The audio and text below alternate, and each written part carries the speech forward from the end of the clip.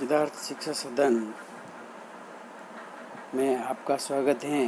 प्रिय विद्यार्थियों, कक्षा 9th विषय गणित अध्याय 14 सांख्यिकी की आज हम प्रश्नावली 14.3 का अध्ययन करेंगे और 14.3 के अंदर हमें तीसरा प्रकार का ग्राफ पढ़ेंगे। देखो प्रिय विद्यार्थियों, हमने इसके पीछे वाले वीडियो में 2 ग्राफ पढ़े थे और 2 ग्राफ था। पहला दंड आलेख, जिसके अंदर एक एक बॉक्स पे ग्राफ बनता था और एक बॉक्स खाली रहता था।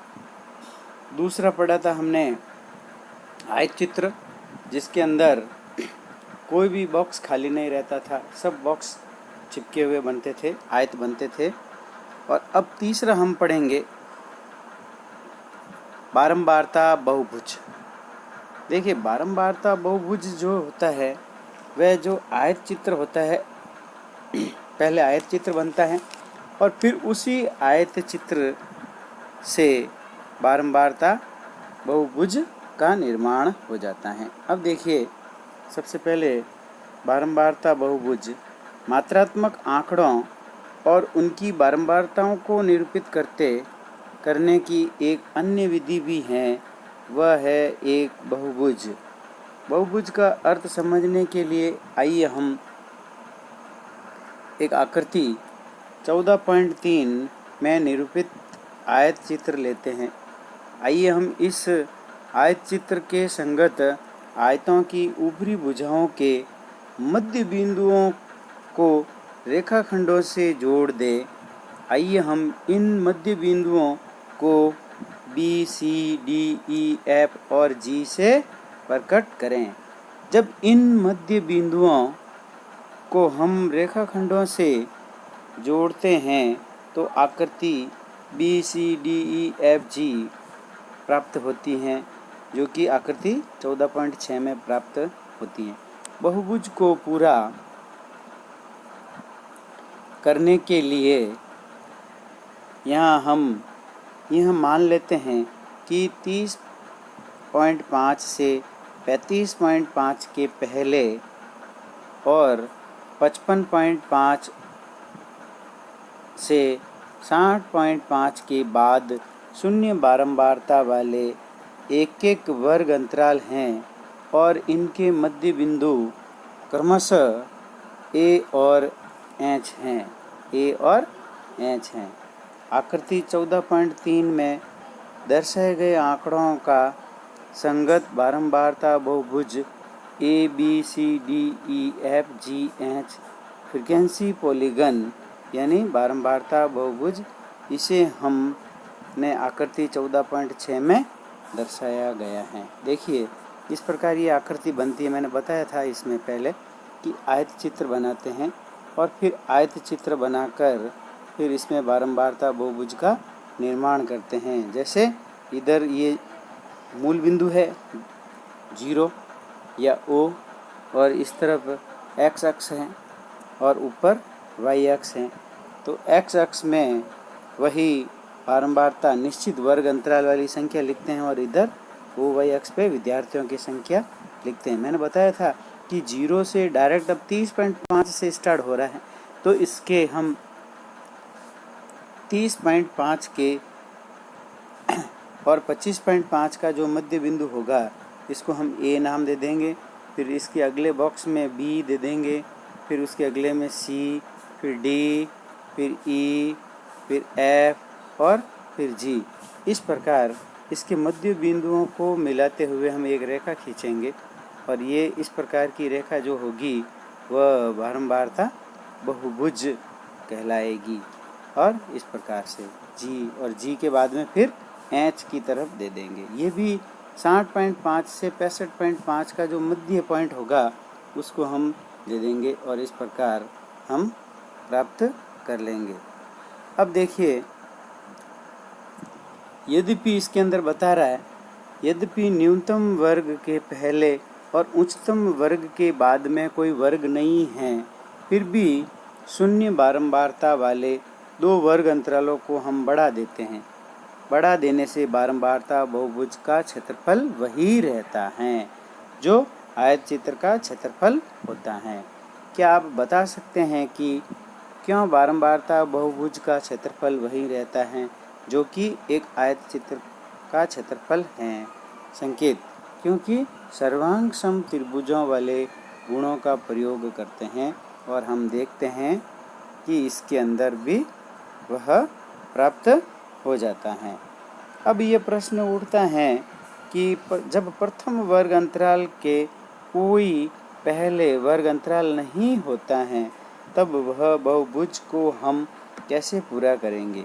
आइए हम ऐसी ही एक स्थिति लें और देखें कि किस प्रकार हम बारंबारता बहुभुज को बनाते हैं। तो देखिए प्रिय विद्यार्थियों, बारंबार बहुभुज बताते छोटी छोटी बातों का आपको ध्यान रखना है और जब इस छोटी छोटी बातों का आप ध्यान रखेंगे तो आसानी से इसका निर्माण आप करना सीख जाएंगे, क्योंकि परीक्षा में जो प्रश्न पूछता है कोई भी पूछ सकता है। अब देखिए इसके अंदर कह रहा है, एक प्रश्न लेते हैं। एक परीक्षा में कक्षा के 51 विद्यार्थियों द्वारा 100 में से प्राप्त किए गए अंक सारणी 14.9 में दिए गए हैं। अब देखिए सारणी दी हुई है कि अंक हैं 0 से 10, तो विद्यार्थियों की संख्या 5 हो गई। फिर 10 से 20 में 10 हो गई।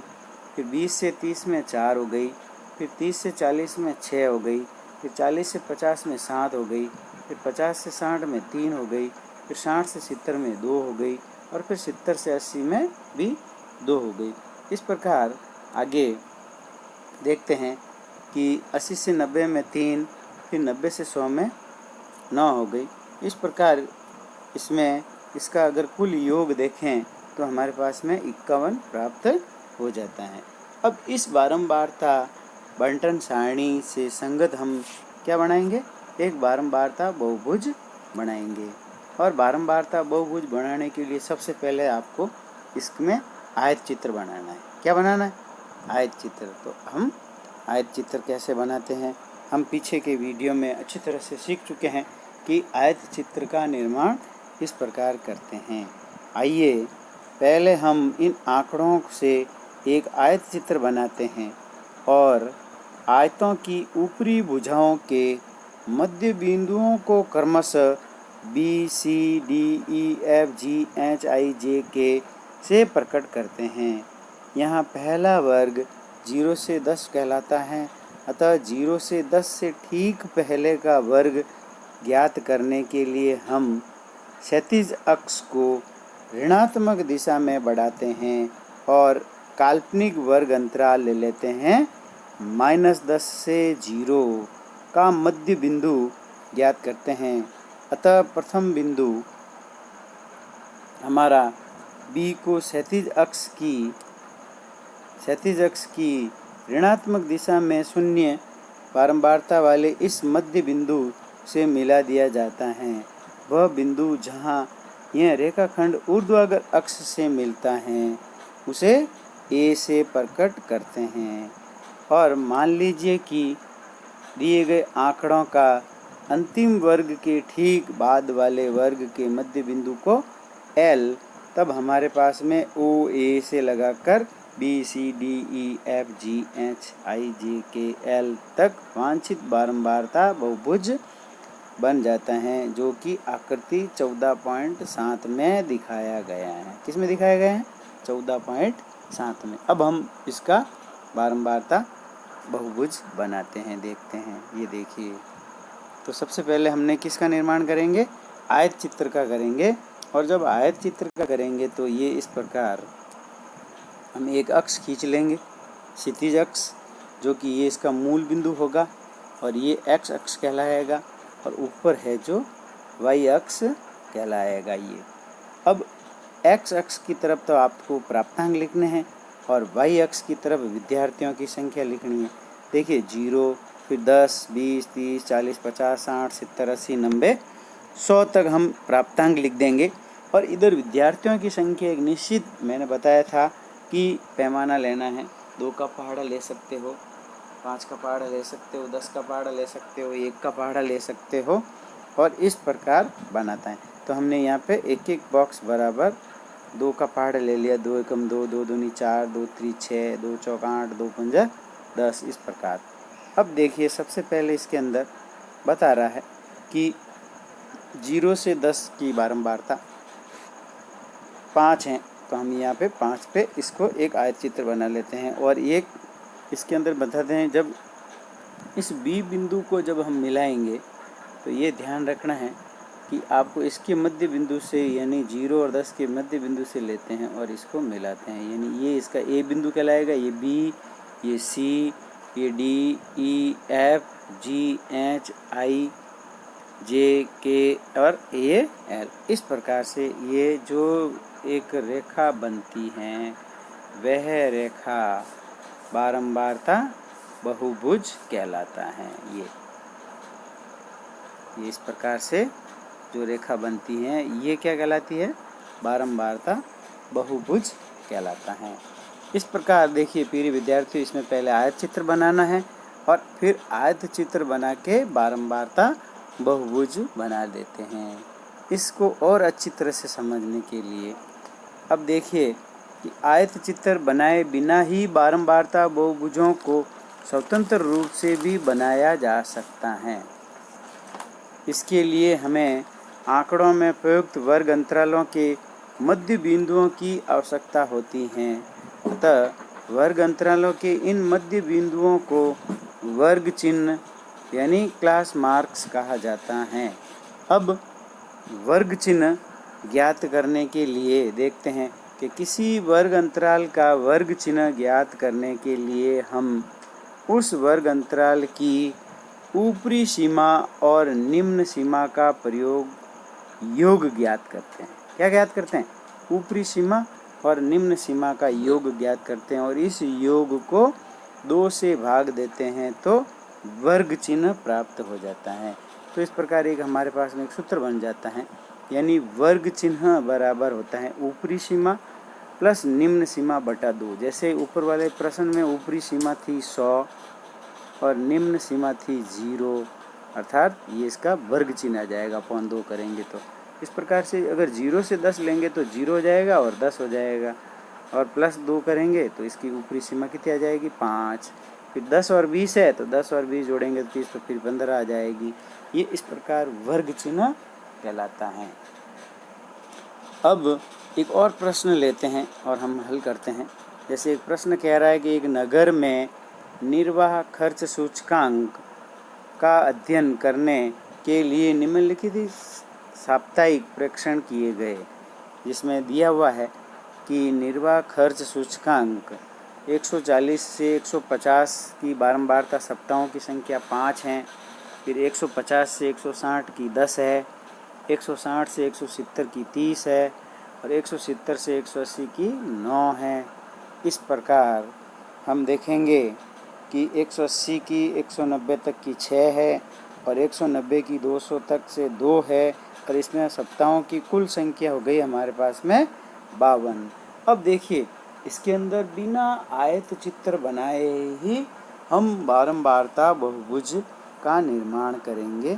तो सबसे पहले हम वर्ग चिन्ह ज्ञात करेंगे। अब देखिए क्या है, क्योंकि आयत चित्र बनाए बिना हमें एक बारंबारता बहुभुज खींचना चाहते हैं, इसीलिए आइए हम ऊपर दिए हुए वर्ग अंतरालों अर्थात 140 से 150, 150 से 160 के वर्ग चिन्ह ज्ञात करते हैं। वर्ग अंतराल 140 से 150 की ऊपरी सीमा 150 है और निम्न सीमा 140 है, अर्थात वर्ग चिन्ह कैसे ज्ञात करेंगे? 150 और 140 को जोड़ देंगे और इसमें 2 का भाग देंगे तो 290 आ जाएंगे, और 290 में फिर 2 का भाग देंगे तो कितना आ जाएगा? 145 आ जाएगा, यानी वर्ग चिन्ह हमें प्राप्त हो जाएंगे। इस प्रकार हम सबके अगर वर्ग चिन्ह प्राप्त करेंगे तो आ जाएंगे यहाँ पे पहले का वर्ग चिन्ह प्राप्त हो जाएगा 145, दूसरे का हो जाएगा 155, फिर तीसरे का 165, फिर चौथे का 175, फिर 185 और फिर इस प्रकार से बनाते जाएंगे तो 195 आ जाएगा, यानी लास्ट में 195 वर्ग चिन्ह प्राप्त हो जाएगा। अब इस वर्ग चिन्हों का उपयोग करते हुए हम इसका बनाएंगे तो इस प्रकार वापस सारणी का जब हम निर्माण करेंगे तो वर्ग अंतरालों को वर्ग चिन्ह ज्ञात कर सकते हैं। इस प्रकार प्राप्त नई सारणी बन जाती हैं जो कि नीचे बताई हुई हैं, और वो हम देखते हैं तो ये इस प्रकार से हैं। जैसे हमने देखी कि वर्ग तो ऐसे कैसे लिख दिया, और वर्ग चिन्ह की जगह इसके बीच की संख्या लिखनी है। 140 और 150 के बीच में कौन आता है? 145। फिर 150 और 160 के बीच में कौन आता है? 155। फिर 165, 175, 185 और 155, और ये इसकी बारंबारता हो जाएगी, और बारंबारता का कुल योग भी वही रहेगा। अब देखिए प्रिय विद्यार्थियों, इसके साथ अब हम बारंबारता बहुभुज जब बनाते हैं तो हम वही संख्या लेंगे। जैसे कभी भी आप जब बारंबारता बहुभुज या आयत चित्र का निर्माण करोगे, तो आयत चित्र का जब निर्माण करोगे या बारंबारता बहुभुज बनाओगे तो पहले बता दिया कि इसमें जीरो से संख्या नहीं है, तो थोड़ा आपको खाली छोड़ना है।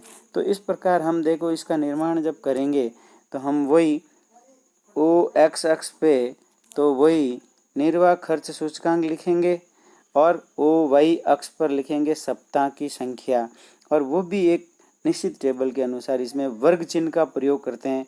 जैसे 135 से 145, 135 से फिर 145, फिर 155, 165, बीच की संख्या का प्रयोग करते हैं। 175, 185, 155, 205 और 215, इस प्रकार। अब इसके अनुसार फिर हम पॉइंट लगाते जाते हैं उस सारणी को देखते हुए कि 145 पे बारंबारता कितनी है? 5। तो हम देखेंगे कि सप्ताहों की संख्या की उधर भी हमने 2 का पहाड़ लिख दिया। 5 देखेंगे तो इसकी 4 और 6 की मध्य संख्या प्राप्त होगी। तो यहाँ पे हम एक बिंदु लगाते जाएंगे, और इसको हम एक ऐसा गोले द्वारा बता देंगे, और इसको बी अंकित करेंगे। क्यों? क्योंकि इसके दोनों के जो मध्य 135 है, वो 135 आपको शुरू से स्टार्टिंग करना है, क्योंकि इसके पहले कोई जीरो नहीं दिया हुआ इसीलिए। और इस प्रकार से फिर 155 का निकालेंगे तो आ जाएगा, फिर 165 का, फिर 175 का, फिर 185 का पॉइंट लगाएंगे, 195 का लगा देंगे, और 205 तक ले जाएंगे। इसको एक खंड आगे ले जाना है, इधर भी एक खंड पीछे ले जाना और आगे एक खंड, और इस प्रकार 2 बिंदुओं को मिलाते हुए हम एक रेखा खींचेंगे तो हमारे पास में एक बारंबारता बहुभुज का निर्माण हो जाएगा। और जब इस प्रकार बारंबारता बहुभुज का निर्माण हो जाता है तो हमको ग्राफ अच्छी तरह से बनाना आ जाता है। प्रिय विद्यार्थियों, तो इस प्रकार हमने इस अध्याय में प्रश्नावली 14.3 का अध्ययन करने के लिए हमने तीसरा ग्राफ पढ़ा था, या वह मतलब आलेख पढ़ा है। उसके अंदर हमने बताया है कि बारंबारता बहुभुज का निर्माण किस प्रकार से किया जाता है।